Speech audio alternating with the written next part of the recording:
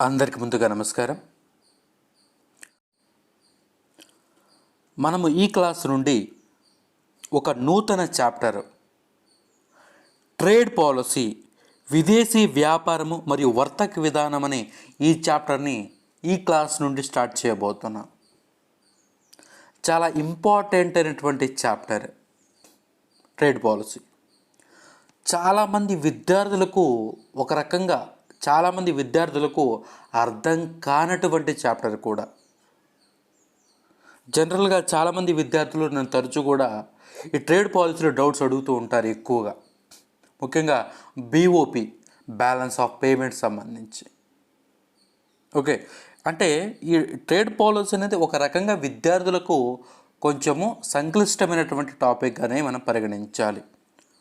అయినప్పటికీ నేను మీకు ఎంతో సులువుగా ఈజీ ఎగ్జాంపుల్స్తో చెప్పడం జరుగుతుంది. కాబట్టి మీరు ఎటువంటి భయానికి లోనవ్వాల్సిన అవసరం లేదు. ఓకేనా? జాగ్రత్తగా నా మాటని ఫాలో అవుతూ ఉండండి, నేను చెప్పే పాయింట్ని ఫాలో అవుతూ ఉండండి, మీకు ఈజీగా ట్రేడ్ పాలసీ అర్థమైపోతుంది. ఓకే, రైట్, ఇంకా స్టార్ట్ చేద్దాం. ఏంటి ట్రేడ్ పాలసీ? ట్రేడ్ అంటే ఏంటి? ఓకే,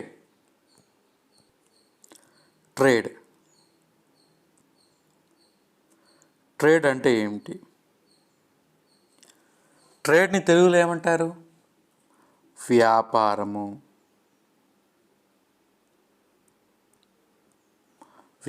అంటారు.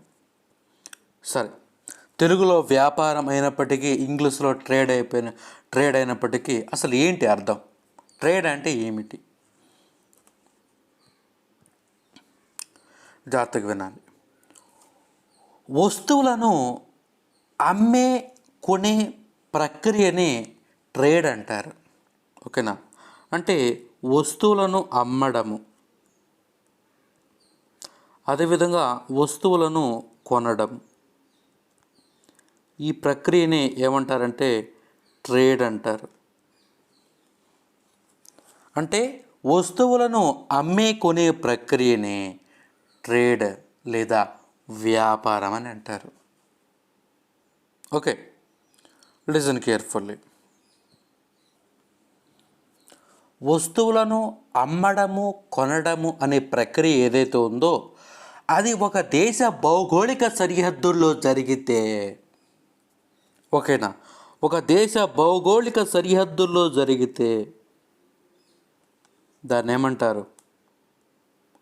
ఒక దేశ భౌగోళిక సరిహద్దులో జరిగితే దాన్ని ఏమంటారంటే దేశీయ వ్యాపారము లేదా అంతర్గత వ్యాపారము అంటారు. జాగ్రత్తగా వినాలి.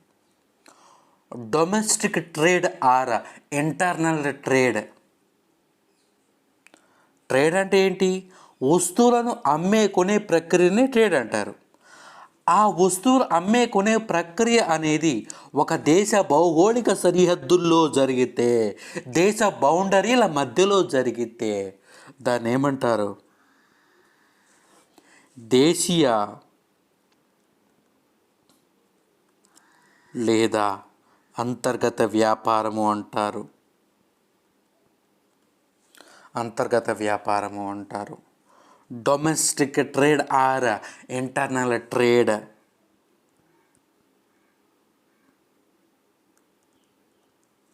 డొమెస్టిక్ ట్రేడ్ ఆర్ ఇంటర్నల్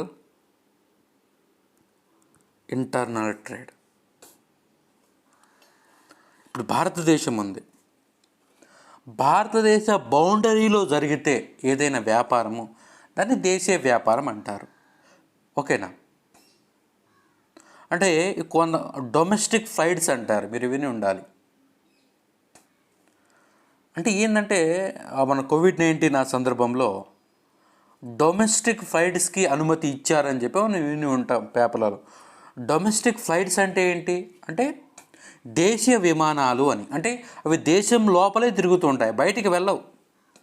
అంటే ఒక రాష్ట్రం నుంచి, అంటే ఆంధ్రప్రదేశ్ నుంచి తెలంగాణ నుంచి ఢిల్లీ నుంచి బెంగళూరు అలా వెళ్తూ ఉంటాయి అన్నమాట. అంటే దేశం లోపలే తిరుగుతూ ఉంటాయి విమానాలు, కాబట్టి వాటిని డొమెస్టిక్ ఫ్లైట్స్ అంటారు. అదే రకంగా దేశ సరిహద్దుల్లోనే వ్యాపారం జరిగితే దాన్ని దేశీయ వ్యాపారం లేదా అంతర్గత వ్యాపారము అంటారు. Is clear? రైట్. ఇలా కాకుండా వస్తువులను అమ్మే కొనే ప్రక్రియ అనేది దేశాల మధ్య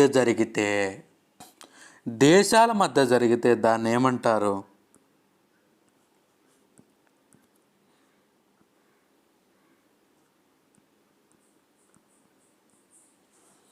ఇలా అంటే యుఎస్ఏ, అమెరికా అనుకుంటే ఈ వస్తువులను అమ్మే కొనే ప్రక్రియ అనేది దేశాల మధ్య జరిగితే, ఇది ఇండియా అనుకుందాం,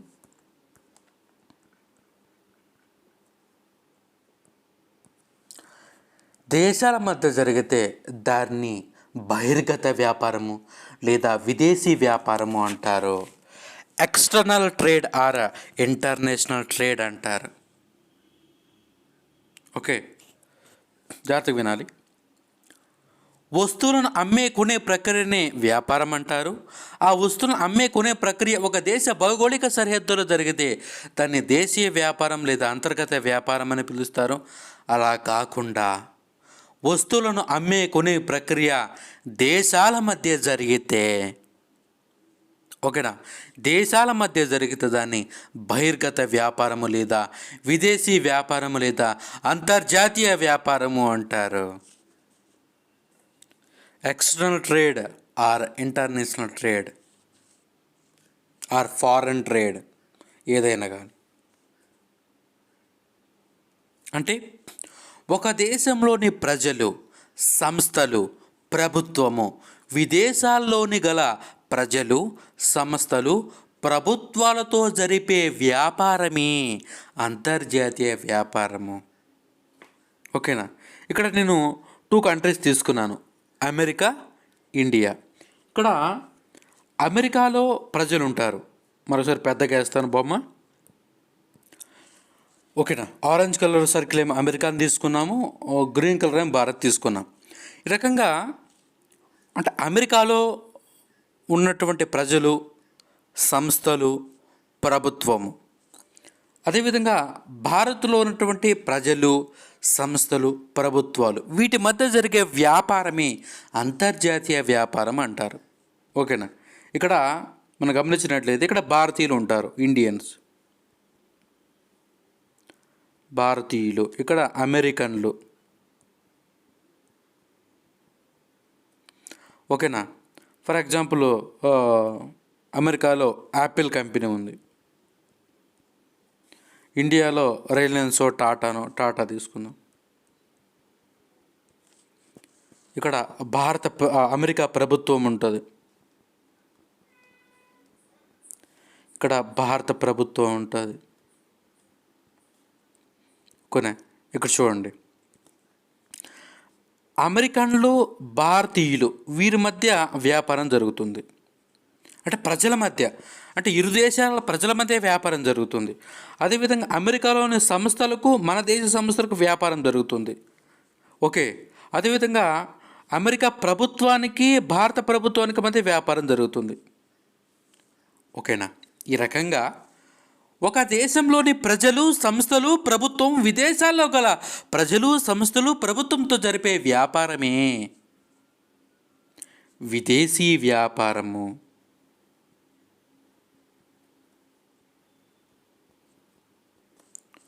ఓకే,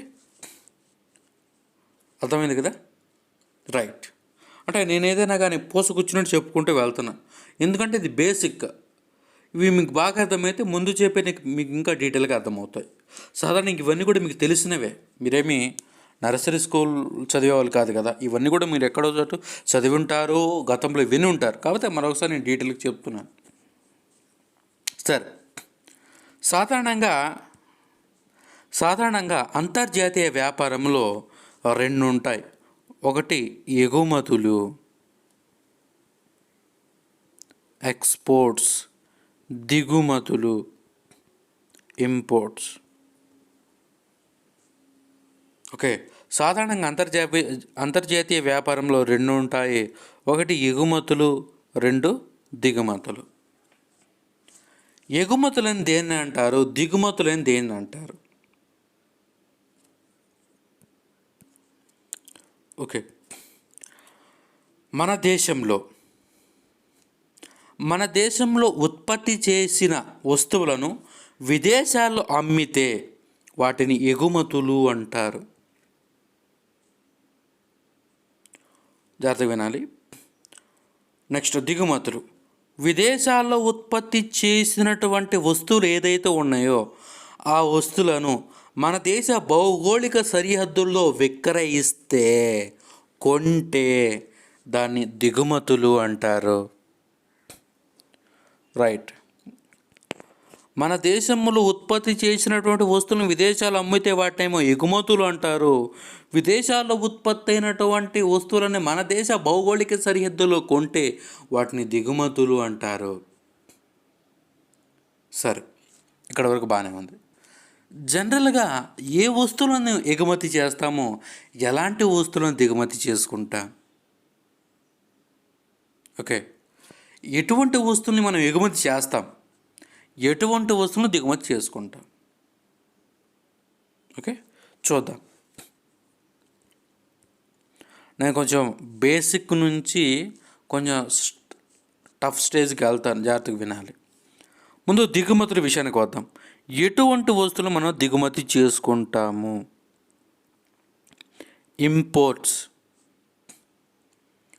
ఒక దేశంలో ఉత్పత్తి చేయడానికి వీలు కాని వస్తువులను, జాగ్రత్తగా వినాలి, నేను ఇక్కడ ఏం రాయట్లేదు, పూర్తిగా నేను జాగ్రత్తగా వినాలి. ఒక దేశంలో ఉత్పత్తి చేయడానికి వీలు కాని వస్తువులను, ఫస్ట్ ఆఫ్ ఆల్ అంటే ఏంటి? ఎటువంటి వస్తువులు ఉత్పత్తికి వీలు కానివి.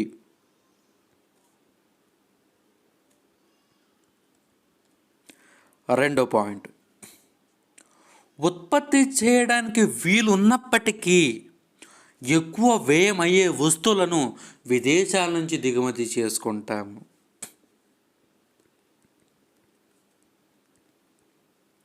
ఇక్కడ 2 పాయింట్స్ నేను మీకు చెప్పాను.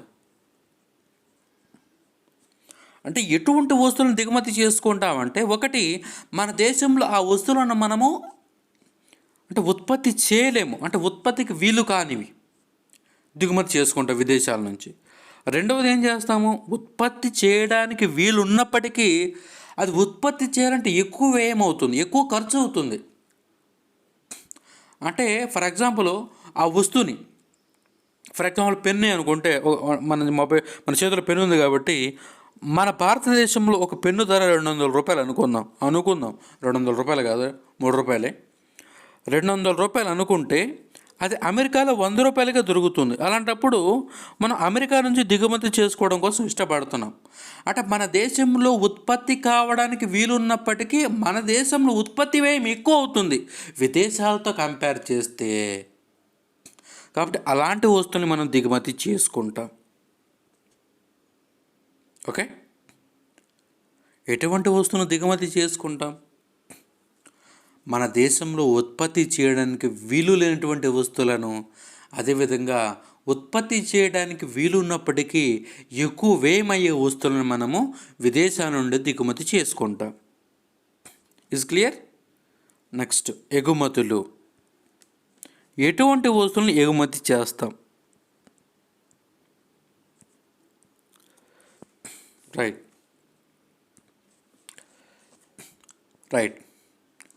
విదేశాల్లో ఉత్పత్తి చేయడానికి వీలు కాని వస్తువులను,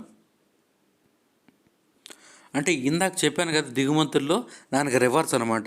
అంటే విదేశాల్లో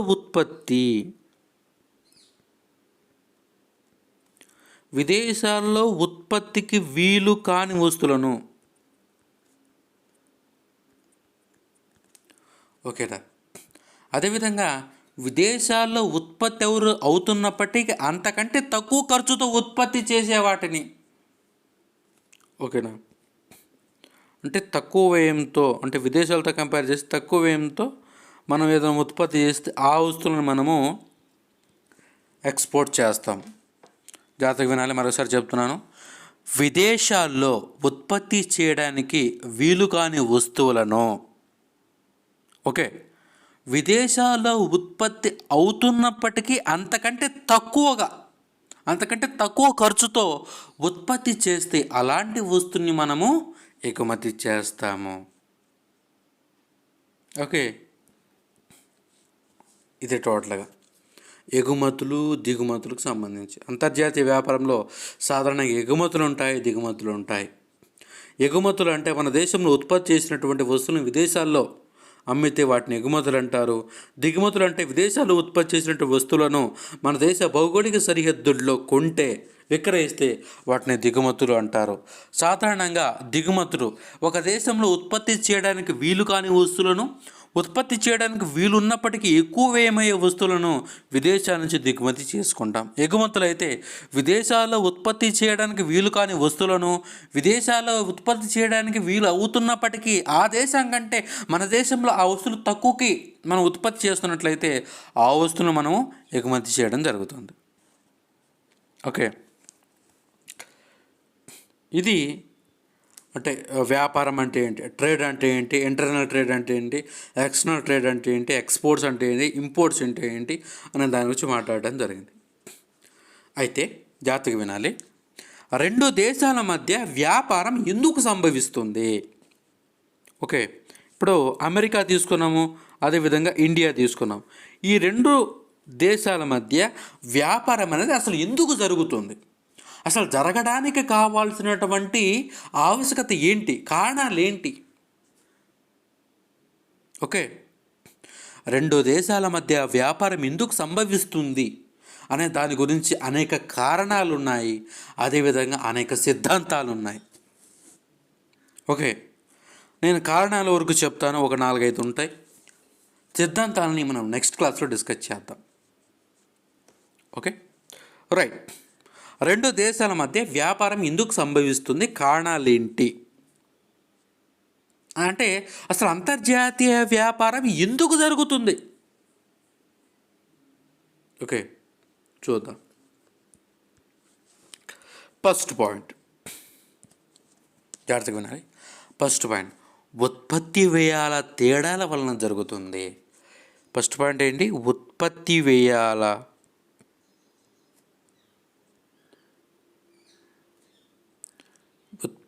వ్యయాల తేడాల వలన జరుగుతుంది.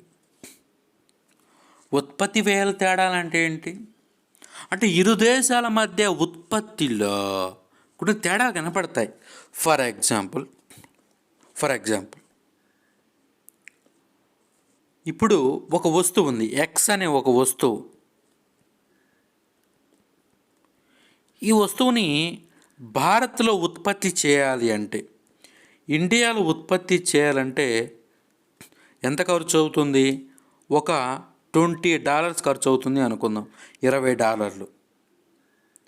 అదే అమెరికాలో అమెరికాలో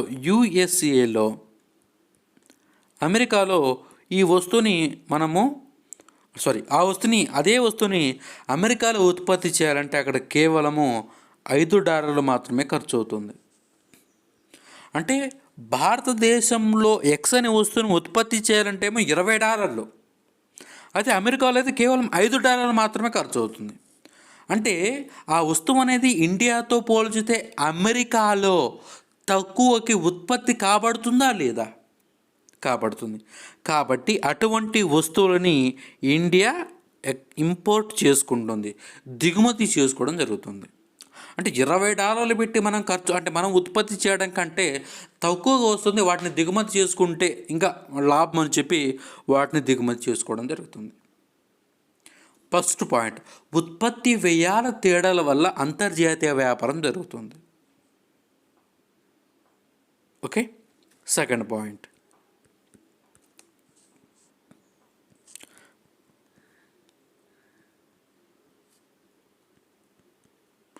సహజ వనరులలో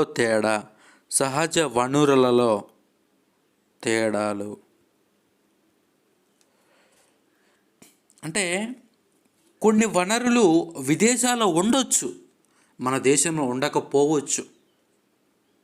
ఓకే, అంటే ఇప్పుడు మనం ఫస్ట్ నుంచి అమెరికాను మనం తీసుకుంటున్నాం కాబట్టి అమెరికాలో కొన్ని సహజ వనరులు ఉండవచ్చు, ఆ సహజ వనరులు ఇండియాలో లేకపోవచ్చు. అదేవిధంగా ఇంగ్లాండ్ కావచ్చు, ఫ్రాన్స్ కావచ్చు, అంటే ఒక దేశంలో దొరికే సహజ వనరులు అక్కడ శీతోష్ణ పరిస్థితుల ఆధారంగా, అంటే ఒక దేశంలో దొరికే వనరులు ఇంకొక దేశంలో దొరకవచ్చు, దొరకపోవచ్చు. ఇప్పుడు అరబ్ కంట్రీస్ ఉన్నాయి, అరబ్ దేశాలలో భయంకరంగా క్రూడ్ ఆయిల్ దొరుకుతుంది. ఓకే, అరబ్ దేశాలకు అంటే ఆ దేశాల యొక్క మేజర్ ఇన్కమ్ సోర్స్ ఏంది? క్రూడ్ ఆయిలే. మన దేశంలో ఆ క్రూడ్ ఆయిల్ లేదు, కాబట్టి మనం విదేశాల నుంచి దిగుమతి చేసుకుంటాం తప్పకుండా. అదేవిధంగా దక్షిణ ఆఫ్రికా, ఓకే, సౌత్ ఆఫ్రికా, ఆ ప్రాంతాలలో ఎక్కువగా బంగారం దొరుకుతుంది, వజ్రాలు దొరుకుతాయి. ఓకే ఓకే అదేవిధంగా ఇండియాలో చాలా రకాల ఈ యొక్క మిరియాలు లాంటివి చాలా రకాల అంటే అలాంటివి దొరుకుతాయి. అదేవిధంగా జనపనార ద ఫేమస్ ఇండియాలో. ఓకే, అత్యధికంగా అంటే విదేశ ప్రాముఖ్యత కలిగినటువంటి అతి అతి గొప్ప ఎగుమతి ఏంటంటే జనపనార. ఇండియాలో అది ఎక్కువ దొరుకుతుంది. అంటే ఒక దేశంలో దొరికే సహజ వనరులు మరొక దేశంలో దొరకపోవచ్చు. ఓకే, ఆ సందర్భంలో దేశాల మధ్య వర్తకం జరుగుతుంది, వ్యాపారం జరుగుతుంది. నెక్స్ట్ 3వ పాయింట్, శ్రామికుల నైపుణ్యంలో తేడాలు. శ్రామికుల నైపుణ్యము, స్కిల్స్లో తేడాలు. ఇవన్నీ కూడా జాగ్రత్తగా గుర్తుపెట్టుకోవాలి మీరు, ఎందుకంటే మనం ముందు చెప్పుకునేటప్పుడు ఇవన్నీ కూడా తీసుకొస్తూ ఉంటాను నేను తరచు. ఓకే, శ్రామికుల నైపుణ్యంలో తేడాలు అంటే దేశాలలో శ్రామికులు ఉంటారు, కానీ నైపుణ్యాలలో తేడాలు ఉంటాయి. అమెరికాలో శ్రామికులు ఉంటారు, ఇండియాలో శ్రామికులు ఉంటారు, ఇంగ్లాండ్లో శ్రామికులు ఉంటారు, జపాన్లో శ్రామికులు ఉంటారు, చైనాలో శ్రామికులు ఉంటారు, ప్రతి దేశంలో శ్రామికులు ఉంటారు.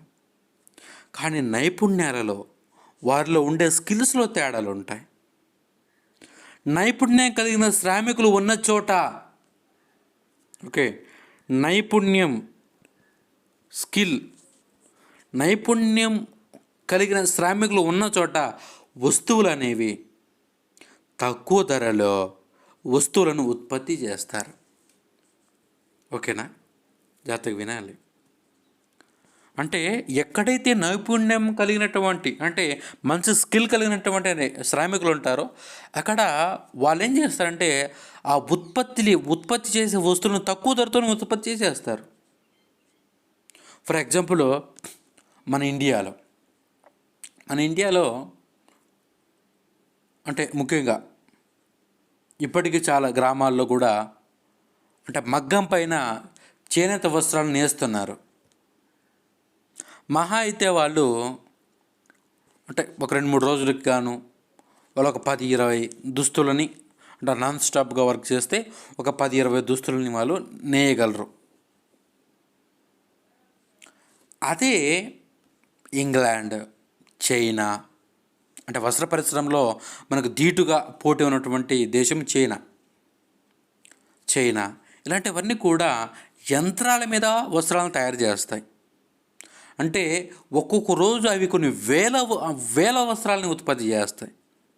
అంటే అక్కడ అంటే పారిశ్రామికంగా డెవలప్ అవ్వడము, అక్కడ ఉన్నటువంటి శ్రామికుల్లో నైపుణ్యాలకు సంబంధించినటువంటి స్కిల్స్ ఎక్కువ ఉండడం వల్ల వాళ్ళు యంత్రాలను తయారు చేసి యంత్రాల ద్వారా ఉత్పత్తి చేయడం వల్ల ఓకే అక్కడ అంటే తక్కువ సమయంలో తక్కువ శ్రమతో ఎక్కువ ఉత్పత్తిని తక్కువ ధరతో చేయగలుగుతున్నారు.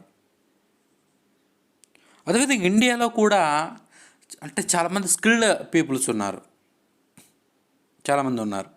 కాబట్టి ఇండియాలో సాఫ్ట్వేర్ ఎక్కువ విదేశాల నుంచి సాఫ్ట్వేర్ ఆర్డర్స్ వస్తుంటాయి. మన దేశ ప్రజలందరూ అంటే మన దేశ సాఫ్ట్వేర్ ఎంప్లాయీస్ అందరూ కూడా కంపెనీస్ అన్ని కూడా విదేశాల నుంచి ఆ కాంట్రాక్ట్లను తెచ్చుకొని వారికి మనము సాఫ్ట్వేర్ని డెవలప్ చేసి వాళ్ళకి ఇస్తూ ఉంటాం.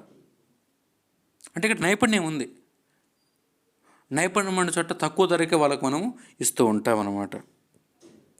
ఇది మూడో పాయింట్. అంటే శ్రామికుల నైపుణ్యాల తేడాల వలన అంటే తక్కువ ధరకు ఉత్పత్తి చేయడం వల్ల తక్కువ ధర నుంచి అంటే ఫర్ ఎగ్జాంపుల్ ఇప్పుడు మన దేశంలో ఉత్పత్తి చేస్తే అంటే చేతులతో మగ్గతో తయారు చేస్తే వాళ్ళు ఎక్కువ శ్రమిస్తారు కాబట్టి ఆ శ్రమ తగ్గట్టే వాటి ధరలు కూడా ఉంటాయి. కాబట్టి మిశ్రమ తయారు చేసినవి ఏమో తక్కువ ధర ఉంటాయి. కాబట్టి విదేశాల నుంచి మనం వస్త్రాలు దిగుమతి చేసుకుంటాం ఆ రకంగా. నెక్స్ట్ నాలుగో పాయింట్ మూలధనం లభ్యతలో తేడా. క్యాపిటల్ లభ్యతలో తేడా.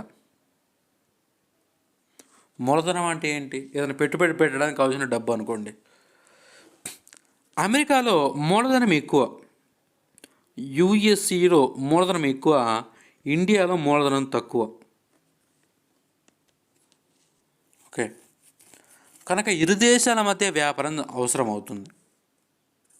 అంటే కొన్ని వస్తువులను తయారు చేయాలంటే మూలధనం ఎక్కువ కావాలి, కొన్ని వస్తువులు తయారు చేయాలంటే శ్రామికులు ఎక్కువ కావాలి. అంటే ఇక్కడ శ్రమ ఏమో అమెరికాలో తక్కువ ఉంటుంది, మూలధనం ఏమో ఇండియాలో తక్కువ ఉంటుంది. కాబట్టి వీటిని బ్యాలెన్స్ చేయడానికి ఇరు దేశాల మధ్య వ్యాపారం జరగాలి. ఒక భారీ యంత్రం తయారు చేయాలి అంటే ఎక్కువ మూలధనం కావాలి, ఎక్కువ డబ్బులు కావాలి, అదేవిధంగా ఎక్కువ టెక్నాలజీ కావాలి. మన దగ్గర మూలధనం లేదు, అది అమెరికాలో ఉంది. కాబట్టి అమెరికాలో ఎక్కువ మూలధనంతో టెక్నాలజీతో తయారు చేసినటువంటి యంత్రాన్ని మనం దిగుమతి చేసుకుంటాం. ఓకే, ఈ రకంగా రెండు దేశాల మధ్య వ్యాపారం ఎందుకు జరుగుతుంది అంటే మనము ఈ కారణాలుగా మనం చెప్పవచ్చు. మొదటి కారణం ఏంటి అంటే ఉత్పత్తి వ్యయాలలో తేడా. రెండవ కారణము సహజ వనరుల లభ్యతలో తేడా. మూడవ కారణము శ్రామికుల నైపుణ్యాల తేడా. నాలుగవ కారణము మూలధన లభ్యతలో తేడా దేశాల మధ్య.